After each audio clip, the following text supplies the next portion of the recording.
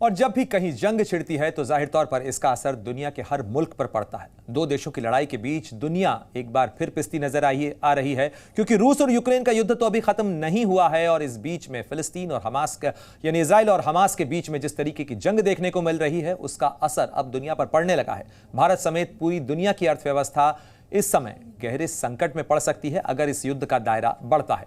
आज जब कुछ मार्केट तय कर रहा है, तब अगर लड़ाई जारी रहती है तो भारत के लिए भी इसकी परेशानी बढ़ सकती है, क्योंकि ये युद्ध कई चीजों को अपने अंदर समा सकता है। उनकी कीमतों के ऊपर असर पड़ सकता है, चाहे ईंधन की बात की जाए, फर्टिलाइजर की बात की जाए, फूड की बात की जाए और साथ ही बात की जाए ट्रेड रूट की भी, तो इन सब के लिए नया संकट खड़ा हो सकता है। इजराइल फिलिस्तीन के बीच चल रहे जंग ने बाजार को भी रुलाकर रख दिया है।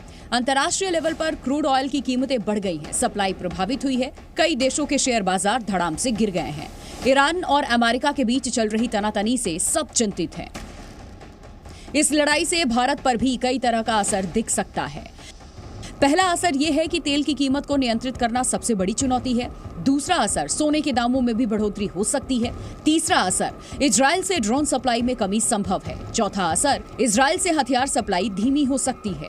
पांचवा असर, भारत इजराइल के बीच भविष्य में होने वाले व्यापार पर असर मुमकिन है। पिछले 3 कॉन्फ्लिक्ट अगर आप देखें, हालांकि इसको कंपेयर नहीं कर सकते, ये काफी बड़ा एस्केलेशन है। जो 2021 में हुआ, जो करीबन 22 दिन चला, तब बाजार ने ज्यादा रिएक्ट नहीं किया। 2014 वाला जो कॉन्फ्लिक्ट था, जुलाई से अगस्त तक चला था, लगभग 52 दिन चला था, तब मार्केट एक्चुअली ऊपर था क्योंकि इंडिया में इलेक्शन था तब।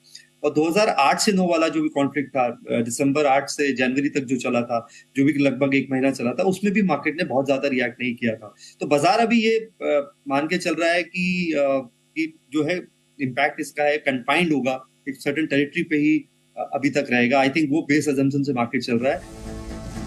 इजराइल फिलिस्तीन जंग में जब दुनिया खुलकर बटी हुई नजर आ रही है, हालात यूं ही बिगड़ते रहे तो ये युद्ध तीसरे विश्व युद्ध का कारण भी बन सकता है। इस बीच इजराइल के विदेश मंत्रालय ने बड़ा बयान देते हुए कहा कि हमास के आतंकी इंसान नहीं बल्कि ये आतंकी शैतान और हत्यारे हैं। छोटा सा देश इजराइल काफी समय से चर्चा में रहा। इसकी अर्थव्यवस्था का लोहा बड़े बड़े देश मानते हैं। 4 दशक पहले तक जो देश अलग अलग आर्थिक चुनौतियों से जूझ रहा था, आज उसके बिना चीन, अमेरिका जैसे देशों का काम नहीं चलता है। जो देश कभी कठिनाइयों से जूझ रहा था, उसने कुछ ही सालों में खुद को मजबूत बना लिया। कभी संसाधनों की गंभीर कमी के चलते आर्थिक संकट का सामना करने वाला ये देश मजबूत इकोनॉमी के साथ खड़ा है। ये देश टेक्नोलॉजी के मामले में बड़े बड़े देशों को पछाड़ रहा है। इजराइल की कुल जीडीपी 43.45 लाख करोड़ रुपए से ज्यादा की है, जो वैश्विक अर्थव्यवस्था का 0.23% है। इसकी प्रति व्यक्ति आय 48.4 लाख रुपए है, जो दुनिया में 13वें नंबर पर आती है।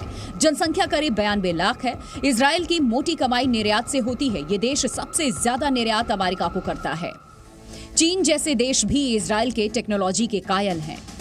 इजराइल सबसे ज्यादा एक्सपोर्ट अमेरिका के साथ करता है। इजराइल के कुल एक्सपोर्ट में अमेरिका की हिस्सेदारी 26.5% है। वहीं अमेरिका के बाद सबसे ज्यादा निर्यात वो चीन को करता है। कुल निर्यात में चीन की हिस्सेदारी 7.8% है।